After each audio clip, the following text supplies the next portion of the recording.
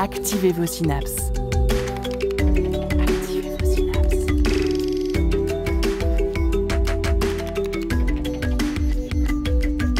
Poussez la porte du labo des savoirs et entrez dans un monde de science et d'expérience. C'est le labo des savoirs.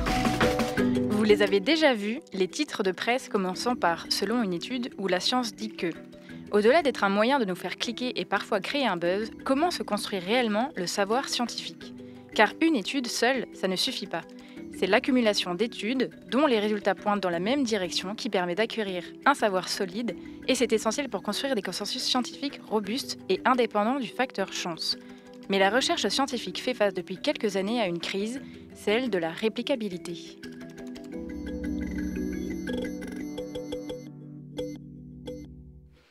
Pour parler de cette crise de la réplicabilité ou de la reproductibilité, nous accueillons en plateau pour cette émission Aurélien Allard. Tu es docteur en philosophie et maître de conférences en méthodologie et statistique à Nantes Université. Alors pour le contexte, on s'est rencontrés en études, ça fait quelques années qu'on se connaît, donc exceptionnellement, je vais te tutoyer pendant l'émission. Tu travailles notamment sur la métascience, c'est-à-dire comment la science est fabriquée par les scientifiques, en t'intéressant notamment aux fonctions remplies par les réplications d'expériences scientifiques. Nous aurons aussi le plaisir d'écouter deux bénévoles du Labo des Savoirs, Jérémy qui nous parlera des revues prédatrices et Charlotte qui nous expliquera comment faire la différence entre les vraies sciences et les pseudosciences avec quelques notions d'épistémologie. Enfin, nous entendrons un extrait de l'émission Le Vortex, produit par Arte avec Hygiène mentale et Zeste de science.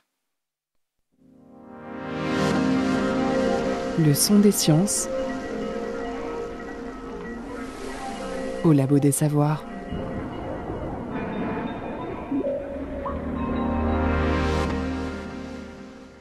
On l'a dit en introduction, dans cette émission, le thème du jour porte sur ce que l'on appelle la crise de la réplicabilité, qui touche les sciences depuis quelques années. Pour des personnes qui ne connaissent pas le domaine académique universitaire, cette notion n'évoque pas grand-chose. Aurélien Allard, je le rappelle, tu es docteur en philosophie et maître de conférences en méthodologie et statistique à Nantes Université. Répliquer une étude scientifique, ça veut dire quoi et pour quelles raisons les scientifiques font ça ? Alors, répliquer une étude scientifique, ça consiste à essayer de réutiliser plus ou moins la même méthode qu'une étude ou qu'une expérience précédente et de voir, en fait, en restant le plus proche possible ou en faisant des variations dans la méthode, voir si on obtient des résultats similaires ou différents de ceux obtenus initialement. Et pourquoi, du coup, on a intérêt à répliquer les études ? Bah, en fait, c'est extrêmement utile pour voir la fiabilité de la recherche qui a été publiée. Donc, globalement, la plupart des gens, y compris les scientifiques, font plutôt confiance aux études qui ont été publiées. Mais à un moment, c'est quand même une bonne question de savoir si on obtiendrait quand même les mêmes résultats si on refaisait l'étude une fois, deux fois, 100 fois, etc. Et du coup, ça a plusieurs fonctions que ça peut servir à plusieurs choses différentes.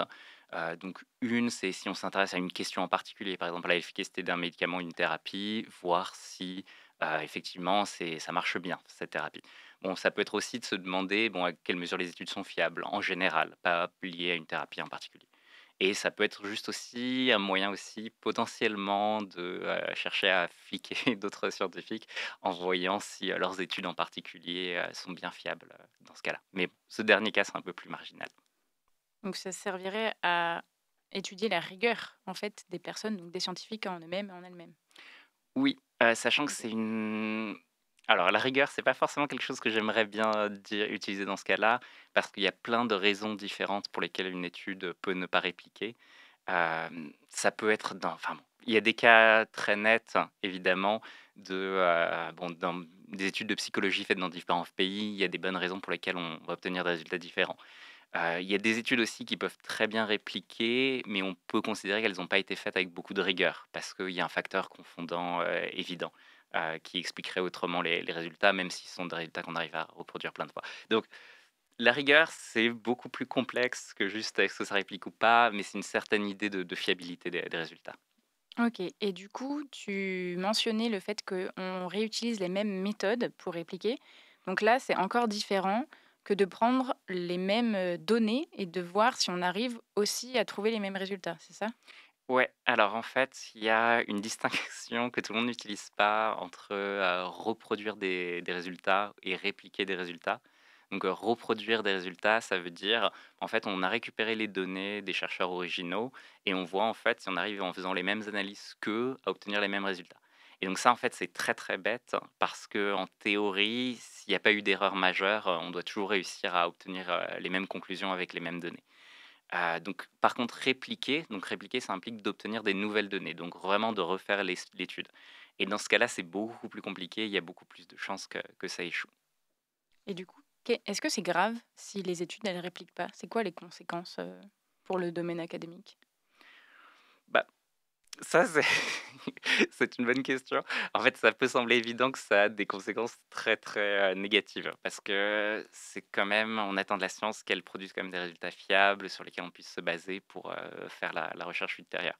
Donc les premières conséquences, c'est juste en fait, on ne peut pas vraiment, faire confiance aux études telles qu'elles sont publiées. Et ça a évidemment des conséquences très pratiques en termes de, si on fait des applications de ces, études dans la vraie vie, dans le cadre d'une thérapie, dans le cadre d'un médicament, dans le cadre, d'interventions sociales et que ces résultats ne sont pas robustes, eh bien, en fait, on va gâcher énormément d'argent dans la vie pratique. Et donc là, la crise de la réplicabilité, Hem, c'est venu parce que des scientifiques ou des équipes ont cherché à répliquer et qu'on s'est rendu compte qu'on n'y arrivait pas? Ou c'est quoi l'origine de cette crise? Pourquoi on la nomme crise? Et est-ce qu'il y a une temporalité? Est-ce que ça fait, 45 ans qu'elle existe ou au contraire, est-ce que c'est beaucoup plus récent? Alors, les problèmes de réplicabilité, le fait de ne pas réussir à reproduire des études, ça a potentiellement une très, très longue histoire.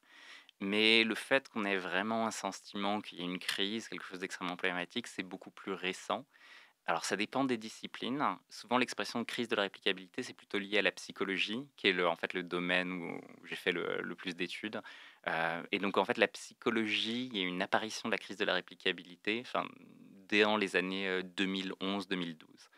Et cette origine pour la psychologie, en fait, c'est lié à un certain nombre de scandales qui sont liés, bon, à plusieurs expériences qui ont pas réussi à être répliquées à l'époque et qui ont donné lieu, en fait, à des études de très grande échelle pour voir dans quelle mesure la psychologie était une science fiable. Et à partir de là, en fait, ça a un peu disséminé à d'autres domaines. Et par ailleurs, en fait, ça, c'est l'expérience pour la psychologie et les sciences sociales, mais depuis les années 2005-2010, il y avait aussi eu des préoccupations parallèles en sciences biomédicales qui ont donné lieu en fait à un sentiment de crise un peu généralisé entre différentes disciplines. Et du coup, tu mentionnais quelques scandales qui ont un peu éclaté. Est-ce que tu peux nous donner quelques exemples? Alors, en psychologie, c'était très particulier, mais le plus gros scandale, enfin, ce qui est souvent mentionné comme étant à l'origine de la crise de réplicabilité, c'était les expériences d'un psychologue américain qui s'appelle Daryl Bem, en fait, qui était un psychologue social relativement réputé, à l'époque, hein, mais qui par ailleurs était persuadé que les perceptions extrasensorielles existaient et donc on était capable en fait de prévoir le futur, globalement. Ça m'arrangerait beaucoup. Ouais, ouais, non, c'est pratique et ce qu'il a fait en fait dans les années 2000, c'est qu'il a fait une série de 9 études où il a obtenu des résultats, en faveur de l'existence de perceptions extrasensorielles. Donc les études, c'était des études où on demandait aux gens en fait de prédire où va apparaître une certaine image sur un écran, à droite ou à gauche. Et ce qu'il a essayé de montrer en fait, c'est que les gens y arrivaient mieux que le hasard. Donc ils arrivaient vraiment à prédire l'avenir. Et bon, ce genre de résultats un peu farfelus, il y en a énormément. Enfin, il y a vraiment beaucoup de gens qui essayaient de prouver que les perceptions extrasensorielles marchent ou pas. Mais lui, ce qu'il a fait qui était très fort, c'est qu'il a fait 9 études et il a soumis cet article, en fait, à la revue la plus célèbre de psychologie sociale, de l'époque, qui s'appelle Journal of Personality and Social Psychology, donc qui est souvent considéré comme un peu un graal pour la psychologie sociale. Et en fait, ce qui a été incroyable, hein, c'est que, cette revue, en fait, a accepté l'article. Et ils se sont pas dit, «Oh mais c'est merveilleux, on a prouvé les perceptions extrasensorielles». Ils se sont juste dit: «Bah, en fait, ce psychologue, bon, c'est un psychologue social connu et il a utilisé exactement les mêmes, méthodes et les mêmes, techniques qu'on utilise tous en psychologie sociale et il a réussi à prouver un résultat absurde». Et donc ils se sont dit: «En fait, on n'a pas de raison de rejeter cette étude en termes de rigueur, c'est juste que les résultats ne nous plaisent pas». Donc ils l'ont publiée. Donc c'est un peu par honnêteté en fait intellectuelle que voilà, ça a été publié Oui, ou... oui, non, non, d'une certaine manière, c'est ça. Après, il y a déjà eu des précédents. Enfin, il y avait une étude anti-vaccin qui avait été publiée, je crois, dans Nature, où de la même manière, l'éditeur ne croyait pas du tout à ça. Et en fait, c'est bon. Mais par honnêteté intellectuelle, ils ont décidé de faire ça, de publier cette étude. Et comment ça a été le début de la crise du coup? Parce qu'une fois que l'étude est publiée du coup dans cette revue très importante, enfin voilà, derrière il y a d'autres personnes qui se sont rendues compte que ces résultats étaient farfelus parce que, bah, elles avaient besoin de faire de la revue de littérature, donc de chercher des articles scientifiques qui étaient disponibles. Et elles se sont rendues compte que les résultats étaient absurdes et c'est à partir de là que, voilà, on s'est rendu compte que les études n'étaient pas forcément, fiables. Comment on est arrivé à savoir que c'était, pas si rigoureux? Évidemment, dès que c'est sorti, ça fait scandale parce que tout le monde s'est dit que c'était n'importe quoi cette étude et qu'il devait y avoir des énormes problèmes. Et donc ça a fait le fait qu'on ait réussi à publier n'importe quoi dans la revue la plus prestigieuse en soi, c'était une source de discussion au sein de la discipline. Ensuite, il y a des gens qui ont essayé de répliquer les études donc de Daryl Bem, de ce psychologue, qui ont échoué. Mais par ailleurs, en fait, ce qui a fait un sentiment de crise généralisée, c'est qu'il y a eu plein d'autres scandales dans les mêmes années. Un autre scandale, ça a été un psychologue néerlandais qui s'appelait Diederik Stapel, qui était assez connu pour lui qui a été en fait condamné plus ou moins pour fraude scientifique. Donc lui, il avait publié je pense, des centaines d'études, au moins des dizaines d'études, et en fait, tout était complètement falsifié. Donc ça, c'était pas du tout lié au problème de perception extrasensorielle, mais ça fait scandale. Une troisième cause de scandale, ça a été le fait que des psychologues belges ont essayé de répliquer une étude d'un psychologue américain très connu, qui s'appelait John Bargh, et en fait qui ont échoué à répliquer ça. Bon, ça en soi, ça arrive régulièrement, c'est pas un si gros scandale, mais en fait, Bargh s'est montré extrêmement agressif et a insulté en fait les psychologues belges en les traitant d'incompétents. Donc ça a fait encore une plus grande source de scandale. Et par ailleurs, au sein de ces multiples scandales dans la discipline, il y a eu 3 méthodologistes américains qui en fait ont publié une étude en montrant comment on pouvait arriver à prouver n'importe quoi avec les méthodes employées en psychologie. Et donc, en fait, ça fournit une sorte en expliquant en fait les problèmes statistiques dans la plupart des études. Et en fait, ça OK. fournit une grille d'analyse pour la plupart des chercheurs. On se sont dit, ah ok, c'est pour ça qu'on a autant de problèmes, c'est parce qu'il y a eu tous ces scandales, enfin tous ces techniques douteuses qui permettent de prouver Qui ont été n'importe quoi. utilisés. Donc j'imagine que ça a pu permettre d'éclairer justement les résultats et de mieux comprendre comment Daryl Bem avait pu, sortir des résultats qui montraient qu'on avait des perceptions extrasensorielles et du coup justement à ce propos-là, Charlotte, une des bénévoles, du Labo des Savoirs, s'est, intéressée à la distinction entre vraie science et pseudoscience parce que, bah, la médiumnité, n'est pas une vraie science. Et donc c'est grâce à l'épistémologie qu'on arrive à savoir et à distinguer ce qui relève d'une science et ce qui ne relève pas d'une science. Et je laisse Charlotte nous expliquer de quoi il s'agit. Pourquoi l'astrologie, la radiesthésie, le magnétisme, toutes ces théories ne seraient pas considérées comme scientifiques? Il doit bien y avoir un moyen de faire une ligne nette entre science et pseudoscience. Y a-t-il des critères? Et comme tu l'as évoqué, l'épistémologie arrive à la rescousse pour nous aider à y voir un petit peu plus clair. Il faut savoir qu'en français, ce terme a plusieurs sens. Mais celui qui nous intéresse aujourd'hui, c'est que l'épistémologie, en s'appuyant sur la philosophie et l'histoire des sciences, se propose d'étudier comment est faite la science. Facile, non? En fait, si on sait comment elle est faite, on saura la différencier de ce qui n'est pas la science. Et pour Descartes, Galilée, Newton, Leibniz, c'est clair. La science, c'est ce dont on est certain. Ce qui est incertain, c'est une opinion. Mais à la fin du 19e siècle, c'est la douche froide. De nombreuses nouvelles découvertes viennent ébranler des vérités qu'on croyait absolues. L'exemple le plus connu est celui des lois de la gravitation universelle énoncées par Newton, qui sont restées incontestées pendant plus de 2 siècles, avant d'être remises en question lorsque des anomalies commencent à apparaître. La théorie de Newton, bien que extrêmement précise dans la majorité des cas, n'est finalement pas la vérité absolue. Einstein propose alors son modèle de la relativité générale. Et même si c'est le modèle dominant aujourd'hui, rien ne dit qu'il ne sera pas remplacé ou complété dans les années ou siècles à venir. Donc oui, le fait qu'une théorie ait fonctionné jusqu'ici ne garantit pas qu'elle soit vraie en toutes circonstances. La connaissance certaine n'est donc jamais atteignable. Oui, donc Julie, tu pourrais me dire, Si la certitude absolue n'existe pas, on ne peut jamais rien savoir. Selon cette logique, je peux sérieusement considérer que Mercure qui rétrograde est responsable de la mauvaise humeur de mes potes. Alors, attention. Le fait qu'aucune connaissance scientifique ne soit absolument certaine ne signifie pas que l'on doit tout mettre sur le même plan. Pour le philosophe des sciences Karl Popper, par exemple, le critère de réfutabilité, ou falsification en anglais, est un critère essentiel pour savoir si une théorie est scientifique ou non. Il faut non seulement qu'elle fasse des prédictions, mais surtout qu'elle prenne le risque de pouvoir être contredite par l'expérience.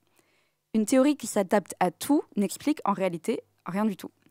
Allez hop, l'astrologie, tu passes dans le camp des pseudosciences. Tant qu'une théorie réfutable n'est pas contredite, elle est dite corroborée. Elle reste la meilleure approximation de ce qui est vrai en fonction de ce qu'on connaît à un instant T. Ainsi, la science progresse en affinant ou remplaçant ces théories par des modèles de plus en plus précis et de plus en plus universels. Mais aucune théorie, même corroborée, n'est définitive. Elle peut être toujours réfutée par de nouvelles découvertes. Cependant, toutes les sciences ne répondent pas strictement aux critères de réfutabilité. Par exemple, la biologie évolutive, elle ne peut pas toujours formuler des prédictions précises sur l'évolution future des espèces. On ne peut pas refaire l'évolution d'une espèce en laboratoire pour vérifier si elle prendra exactement le même chemin. Pourtant, la biologie évolutive reste scientifique grâce à une accumulation de résultats et de preuves convergentes. Il faut donc repenser la frontière entre les sciences et les pseudosciences, non pas comme une ligne nette, mais comme une zone grise où coexistent des disciplines. Entre la science établie et les croyances en astrologie, elle s'en prend plein la figure pendant cette chronique, il existe donc des théories pas encore totalement matures, mais pas des pseudosciences non plus. Elles doivent encore affiner leurs modèles, tester leurs prédictions et améliorer leur reproductibilité.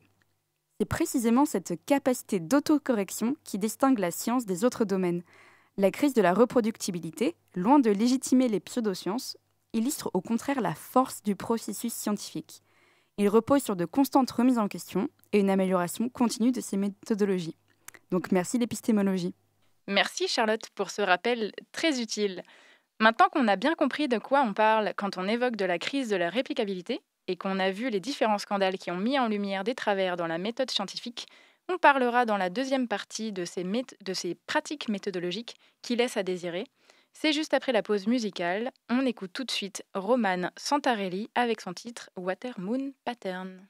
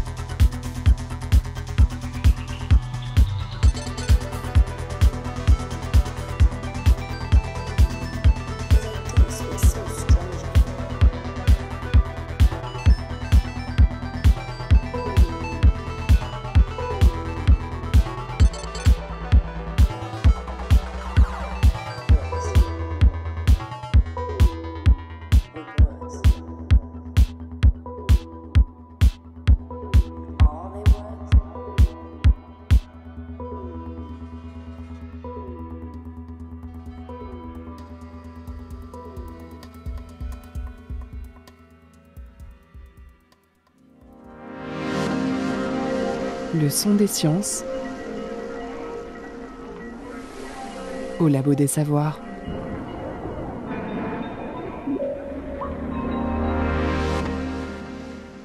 C'était Watermoon Pattern de Roman Santarelli. Vous êtes toujours à l'écoute du Labo des Savoirs. Nous sommes de retour en plateau avec Aurélien Allard, docteur en philosophie et maître de conférences en méthodologie et statistique à Nantes Université pour parler de la crise de la réplicabilité dans le milieu scientifique académique. Régulièrement, depuis le début de cette crise de la réplicabilité, des équipes de recherche mesurent le nombre de publications admises dans les revues scientifiques, car c'est aussi un indicateur de cette crise. Le monde académique publie de plus en plus. Ainsi, une étude récente de 2023, Donson et collègues, estime qu'en 2016, 1,9 million d'articles avaient été publiés et qu'en 2023, c'était près de 2,8 millions d'articles. Une augmentation de 47% tout de même, et cela malgré le fait qu'il n'y ait pas davantage de personnes qui ont obtenu un doctorat entre les deux périodes. La tendance irait même à la baisse. Selon les auteurs, cela montre bien qu'en moyenne, les scientifiques publient plus. Pour pouvoir publier, une des règles un peu tacites est d'avoir un résultat significatif. Il est rare que des résultats non significatifs soient publiés dans des revues. Mais qu'est-ce que ça veut dire avoir un résultat significatif ? On écoute pour cela un extrait du Vortex, une émission d'Arte avec le vulgarisateur Hygiène mentale. Une étude scientifique a même pas besoin d'être vraiment fausse pour ne pas être reproductible. Ça peut simplement être un cas où on a juste eu de la chance avec les échantillons. Si j'ai, disons, une centaine de personnes volontaires, et que je demande à la moitié d'entre eux de boire beaucoup de café, et aux autres de ne pas boire de café, et que je surveille leur état de santé sur des années. Parfois, c'est ceux du premier groupe qui, en moyenne, seront plus malades. Parfois, c'est ceux du deuxième groupe. C'est aléatoire, parce qu'il y a plein d'autres facteurs inconnus qui comptent. Les virus, les gènes, la chance. Pour s'assurer que ça vient bien du café, les scientifiques calculent en priorité les chances que l'on avait d'observer ce résultat si le café n'avait aucun effet. Ce chiffre-là, on l'appelle la valeur P. S'il y a moins de 5% de chances que ce soit juste dû au hasard, on conclura que ce n'est pas juste le hasard. On dira que l'étude est significative. Mais ça veut dire aussi que si tout se passe bien, sans erreur, sans fraude ni corruption, et que le café n'a aucun effet, alors 5% des études sont juste des faux positifs. Du coup, s'il existe des centaines d'études sur un sujet, il y aura toujours un certain nombre d'études qui prouvent que le phénomène en question existe. Mais cette valeur de significativité est souvent mal comprise. Les statisticiens n'arrêtent pas de mettre en garde les chercheurs contre ce genre de mauvaises interprétations de cette valeur P. Alors, on parlait de ce que ça veut dire d'avoir un résultat significatif. Donc, il existe toujours 5% de chances qu'on se trompe, mais qu'on ait un résultat positif dans les études scientifiques. Est-ce que c'est ce seuil de significativité qui conduit les scientifiques à adopter de mauvaises pratiques de recherche pour faire en sorte que leurs résultats rentrent sous ce seuil et qu'on puisse dire que c'est significatif ? C'est une question assez vaste, dans le sens où ça demanderait de repenser à, OK, si on n'avait pas ce seuil de significativité, est-ce que les pratiques de recherche seraient meilleures? Il n'y a pas d'études, à ma connaissance, vraiment systématiques pour savoir dans quelle mesure ce serait mieux, mais des anecdotes par rapport à des comparaisons, par rapport à des revues qui avaient banni la valeur P, semblent montrer en fait que c'est pas forcément la valeur P en soi, mais en elle-même qui est coupable. Dans le sens où même si vous n'utilisez pas de valeur P, même si vous ne cherchez pas à avoir des résultats significatifs, ce que vous allez chercher à faire quand même, quand vous essayez de publier un article, c'est d'avoir des résultats intéressants. Et donc, en fait, vous allez essayer de prouver qu'en fait, votre méthode marche quand même. Et en fait, même si vous n'utilisez pas de valeur P, vous avez plein d'autres manières de montrer que votre méthode marche. Par exemple, le fait juste d'avoir un groupe qui va avoir une très très haute moyenne par rapport à l'autre groupe. Par exemple, si vous essayez de vous mesurer si votre étude a fait baisser la dépression, peut-être que même sans valeur P, vous allez quand même chercher à montrer qu'il y aura une forte réduction de la dépression grâce à votre nouvelle thérapie.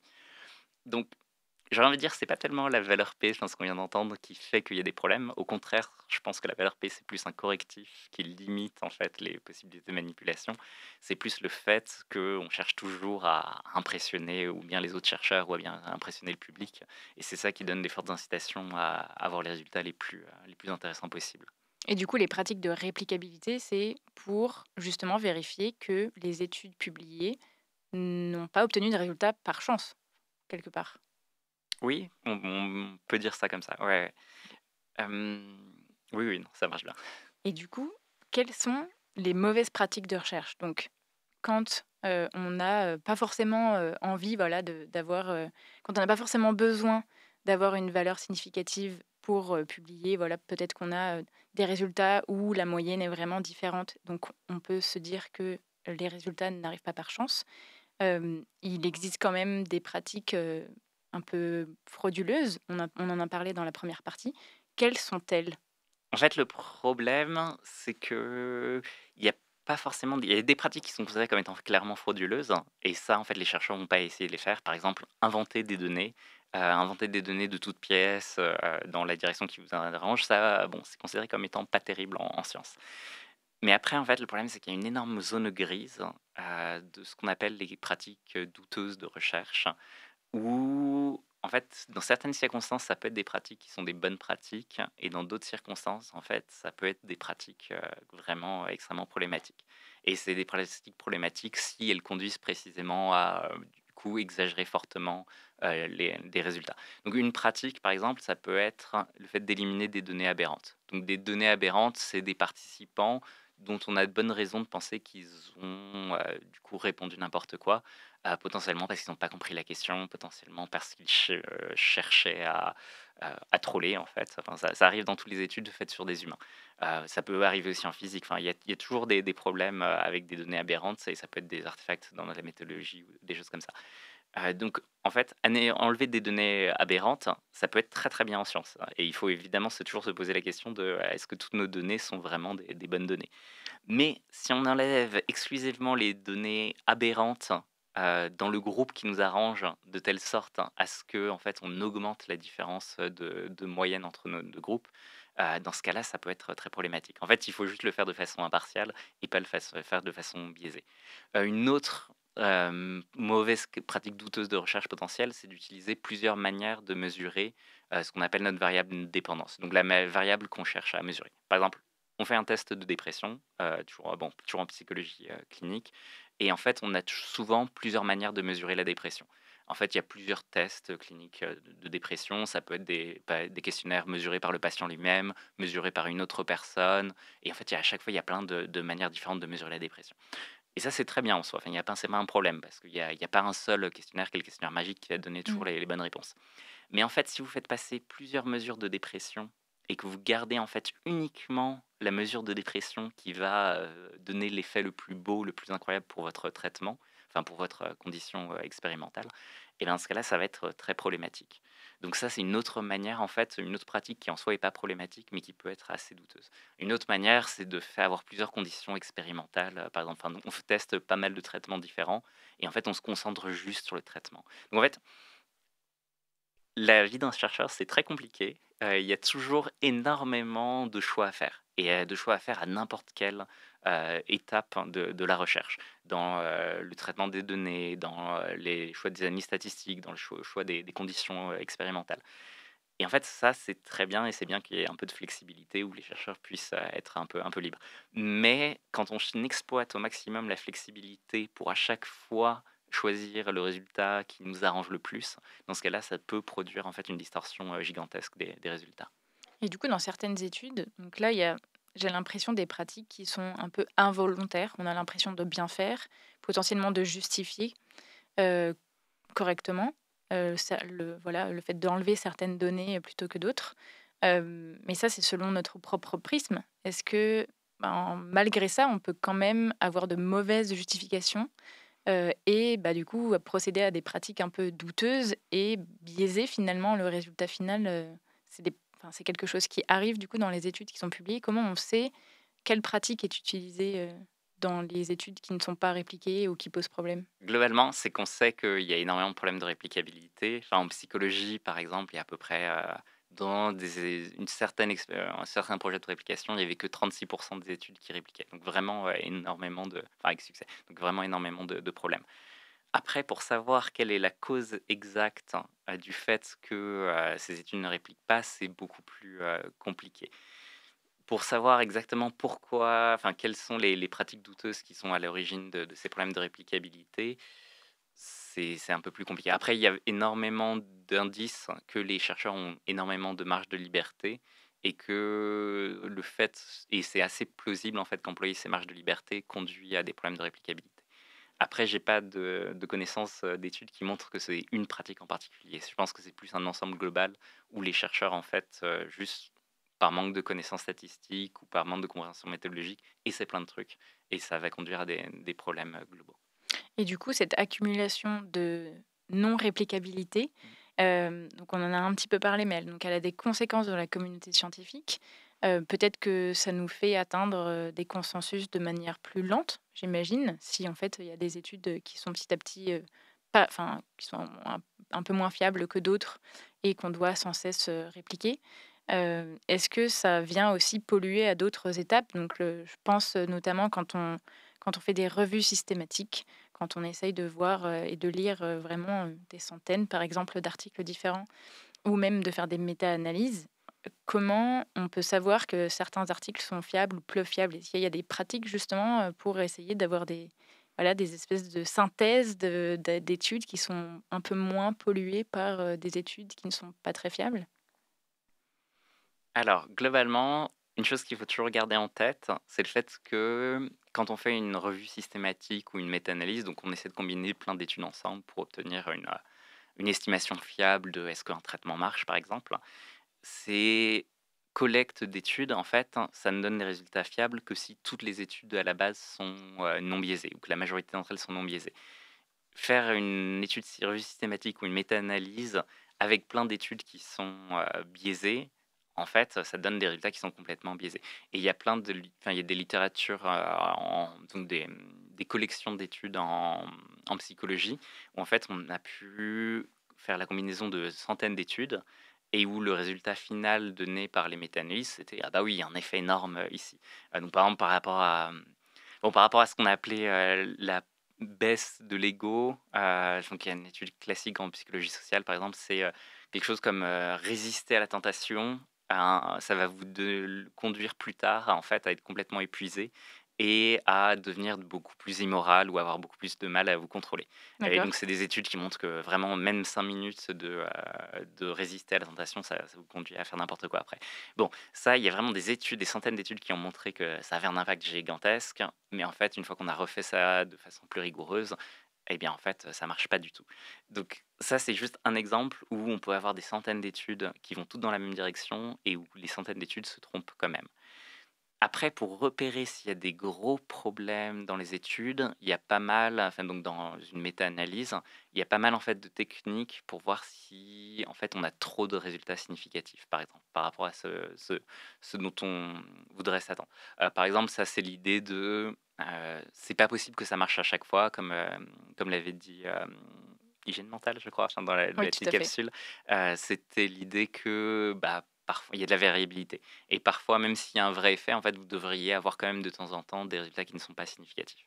Et donc, si on voit qu'en fait que tous les résultats sont significatifs, qu'il n'y en a vraiment aucun non significatif, déjà c'est un petit problème. Et en fait, il y a pas mal de techniques qui permettent de repérer des études problématiques.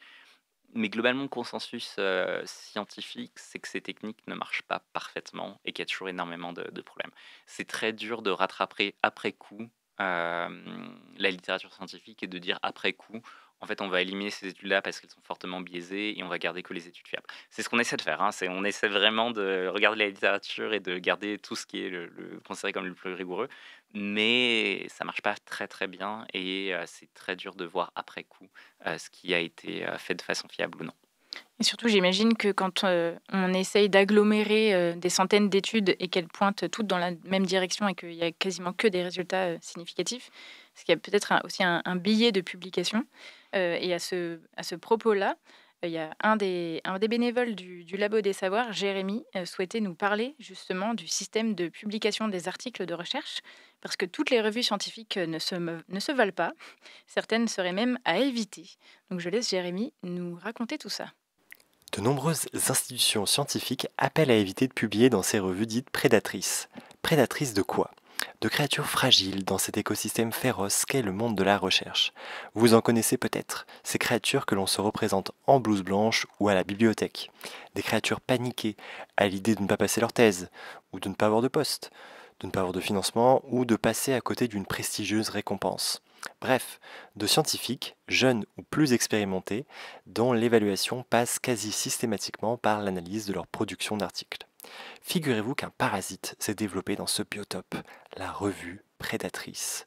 Cette revue cherche à ponctionner le peu d'argent dont disposent ces scientifiques pour leur proposer une réponse rapide et efficace à leur angoisse de ne pas être à la hauteur. Comment ce parasite s'y prend-il? Vous le savez sûrement, les correspondances entre savants d'il y a quelques centaines d'années ont laissé place avec le temps à des revues, sortes de magazines pour scientifiques. Ce format s'est retrouvé plus facile à diffuser et plus structuré.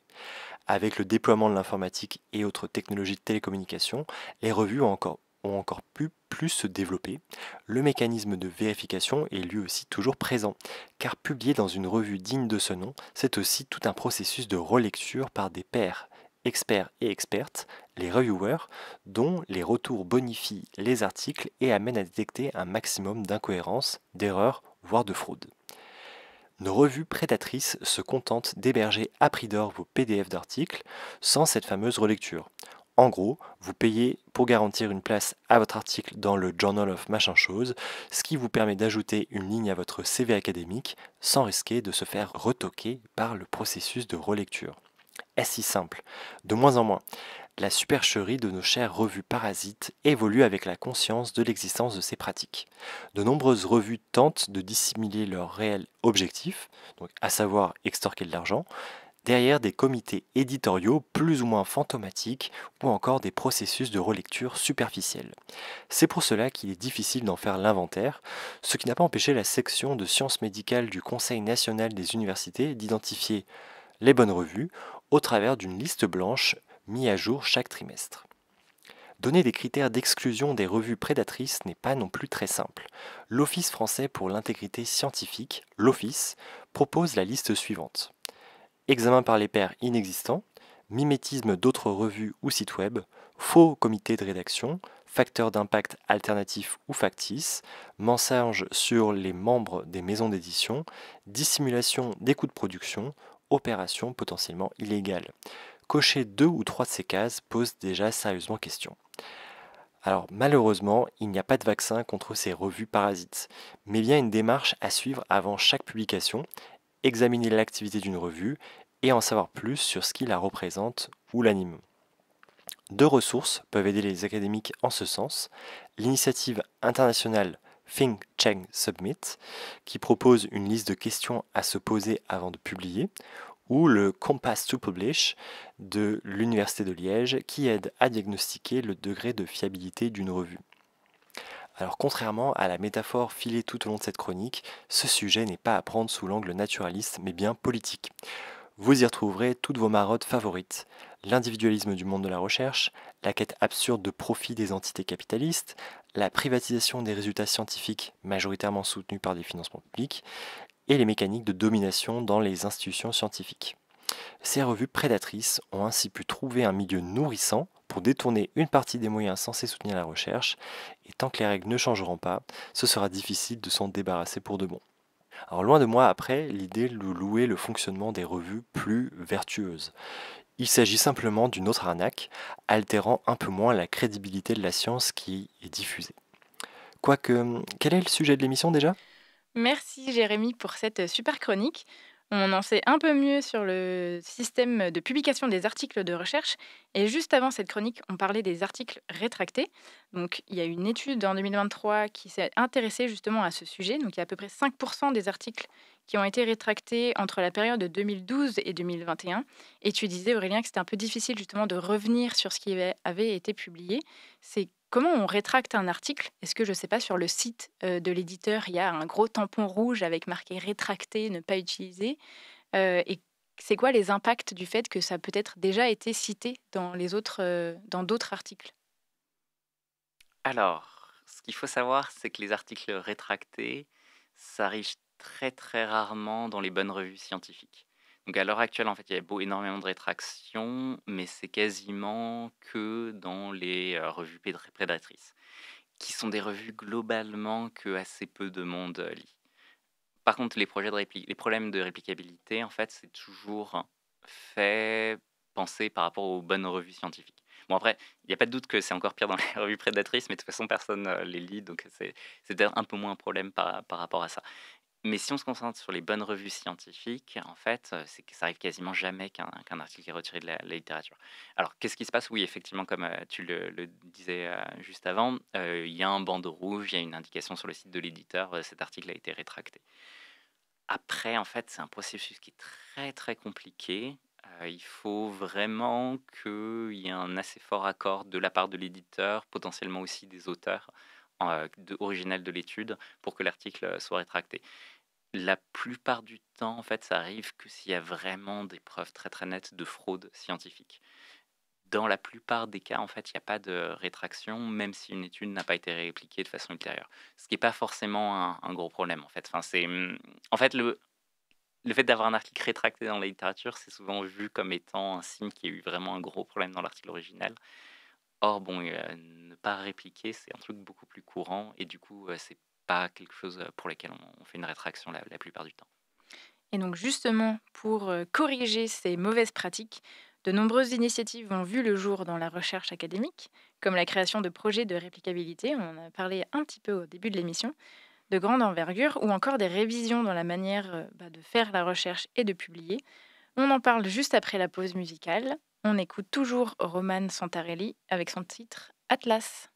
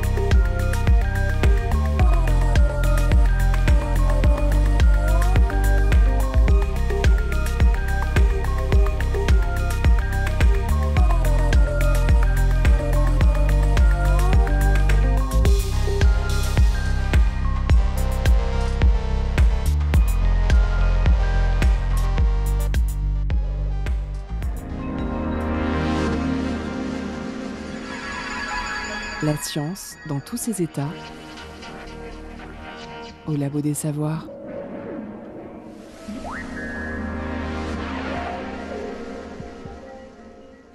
C'était Atlas de Roman Santarelli. Vous êtes toujours à l'écoute du Labo des Savoirs et nous parlons aujourd'hui de la crise de la réplicabilité avec notre invité Aurélien Allard, docteur en philosophie et maître de conférences en méthodologie et statistique à Nantes Université. Juste avant la pause musicale, on évoquait les différentes pratiques qui posent problème dans la fabrication des connaissances scientifiques et je me demande quelles sont les causes de l'existence de ces différentes pratiques douteuses. Est-ce que le manque de financement participe au fait que du coup, des scientifiques font de manière volontaire ou involontaire usent en fait de ces pratiques douteuses? Est-ce que l'obligation de publication pour exister dans le milieu académique fait partie des causes qui incitent les chercheurs à utiliser ce genre de pratiques? Est-ce qu'on sait un peu pourquoi elles existent, ces pratiques? Alors, j'aurais envie de dire non, on ne sait pas du tout pourquoi elles existent. Alors, pour reprendre ce dont tu as mentionné, donc tu as mentionné pour ce qu'on appelle le publish or perish, donc le fait de publier ou périsser. Donc le fait qu'on ait des fortes incitations à publier dans les revues universitaires pour avancer que sa carrière. C'est souvent présenté comme étant une des causes principales de la crise de la réplicabilité. C'est pas du tout évident que ce soit vraiment le cas. Il y a eu une étude, en tout cas, qui a essayé de comparer en fait différents pays en regardant dans quelle mesure il y avait une corrélation, donc un lien entre le fait d'avoir des fortes incitations à publier, et le fait de publier des résultats qui n'étaient pas réplicables ou qui étaient potentiellement frauduleux. Et en fait, cette étude avait trouvé que c'était plutôt l'inverse, que c'est dans les pays où on avait le moins d'incitation à publier qu'on avait le plus de chances de publier des résultats douteux. Bon, mais globalement, c'était pas une étude forcément hyper convaincante et on n'a pas de données générales. Je pense qu'il y a quand même, dans certains cas, des problèmes institutionnels très très nets. Par exemple, pendant pas mal d'années, la Chine, en fait, a donné des primes gigantesques pour les chercheurs s'ils publiaient dans des revues de haute réputation occidentale. Et en fait, ça conduit probablement à une très très forte augmentation de la fraude en Chine. Donc, bon, le gouvernement chinois est revenu sur ça, heureusement, mais ça a fait quand même pas mal d'années où les chercheurs chinois avaient des pratiques extrêmement douteuses. Donc, clairement, il peut y avoir des contextes institutionnels où il y a d'énormes problèmes. Mais après, une bonne partie des chercheurs dans le monde occidental, en fait, on a assez peu d'obligations de publier, dans le sens où on est tous un peu fonctionnaires, ou pas forcément fonctionnaires, mais on a ce qu'on appelle le tenure, donc le fait d'avoir une position fixe ou qui n'est pas limitée par des obligations de résultats. Après, souvent, les chercheurs, malgré ce manque d'incitation très très stricte, ressentent quand même le besoin de publier. Et on a tous envie de se justifier, on a tous envie de prouver qu'on fait des choses intéressantes. Et effectivement, c'est peut-être ce sentiment intérieur de il faut que je publie des choses intéressantes qui nous pousse à faire des pratiques douteuses, malgré le fait qu'on n'ait pas forcément des incitations extérieures aussi fortes que dans d'autres secteurs. Et du coup, est-ce que justement, diminuer les incitations à la publication, ça fait partie des nouvelles réformes qui sont mises en place ou qui vont être mises en place de manière générale dans le domaine académique pour un peu avoir de meilleures pratiques de recherche? Oui, alors le mouvement de la slow science, donc de la science lente, c'est un mouvement dont on parle depuis 15 ans. Le fait de publier moins, le fait de faire plus attention à ce qu'on publie, le fait de vraiment faire des grandes collaborations et ensemble de faire quelque chose de plus grande qualité. Ça, c'est quelque chose dont on parle beaucoup, mais qui ne s'est pas énormément transmis en pratique à l'heure actuelle. Il n'y a pas vraiment de ralentissement de la publication scientifique. Donc du coup, c'est bon, C'est un peu un vœu pieux. c'est un vieux pied, exactement. Ouais. Ok. Mais parce que les scientifiques n'ont pas le temps, parce que les scientifiques n'ont pas l'argent, parce que faire des collaborations toujours plus grandes, enfin avec plusieurs équipes peut-être internationales, ça prend du temps et du coup il faut payer aussi ces personnes-là. Pourquoi c'est pas plus mis en place? Alors, le problème de l'argent, ça reste un problème énorme. Après, c'est possible de faire n'importe quoi, même avec beaucoup d'argent. Donc, c'est assez compliqué de savoir dans quelle mesure c'est vraiment la cause principale. Globalement, il y a énormément de problèmes dans les universités les plus prestigieuses des États-Unis. Harvard ou Cornell ont eu énormément de scandales ces dernières années par rapport à ça, alors qu'ils ont objectivement bien plus d'argent que n'importe qui en France. Donc c'est assez dur de voir s'il y a un lien très très strict entre les ressources ou effectivement les résultats de recherche. Et du coup, à part ce mouvement de slow science, quelles sont les différentes réformes qui existent à l'heure actuelle pour justement essayer de corriger le tir vis-à-vis des pratiques douteuses?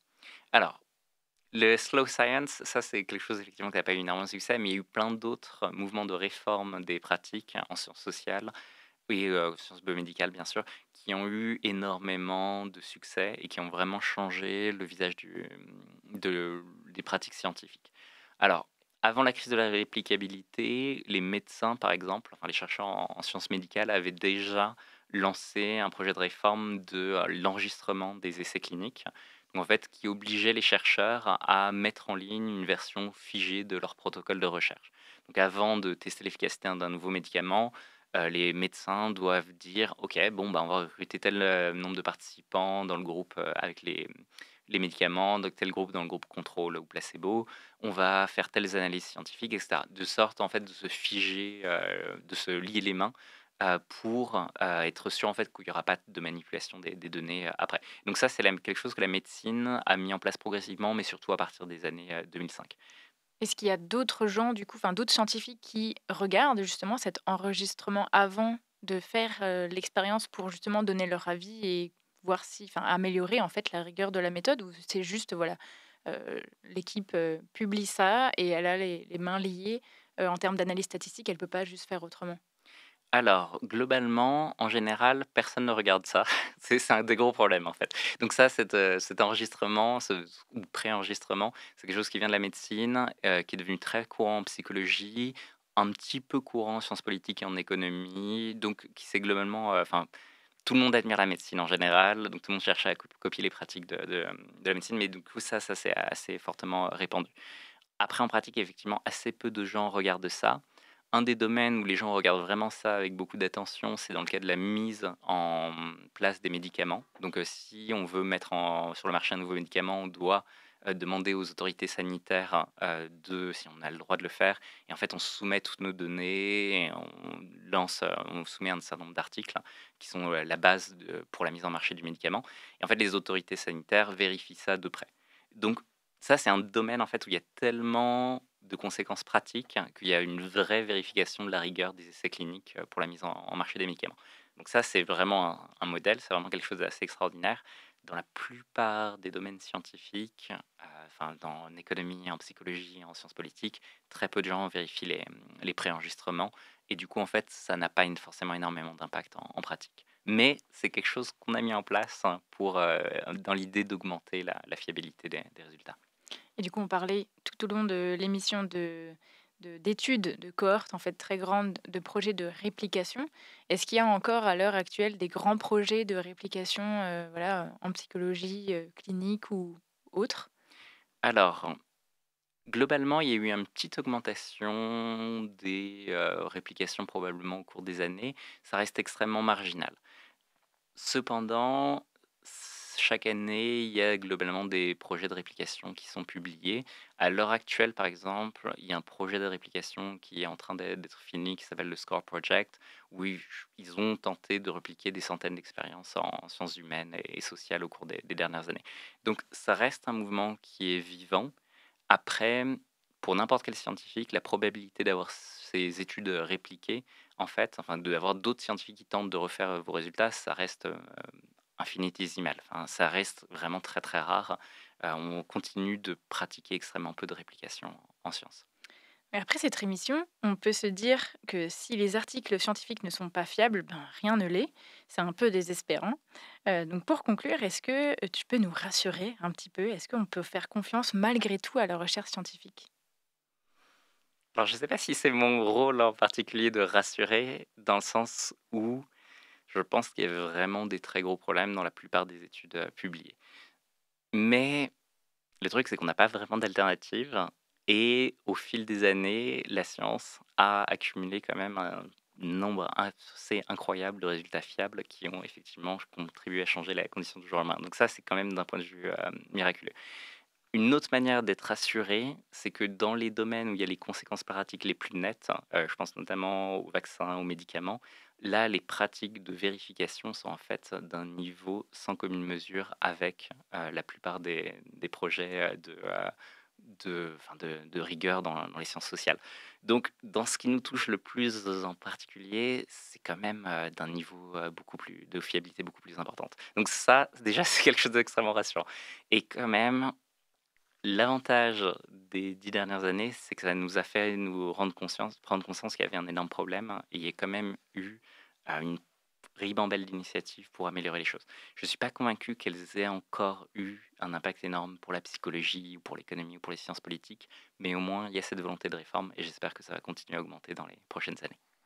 Il est déjà temps de conclure notre émission. Merci beaucoup Aurélien Allard pour cette discussion passionnante.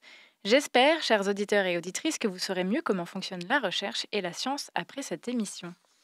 Si cette émission s'est attachée à pointer les défauts du système de production des connaissances et de la publication scientifique, n'oublions pas qu'à ce jour, cela reste le moins mauvais des systèmes. À toutes celles et ceux qui proposent des solutions plus simples et des conclusions plus radicales, prudence, toujours garder son esprit critique allumé.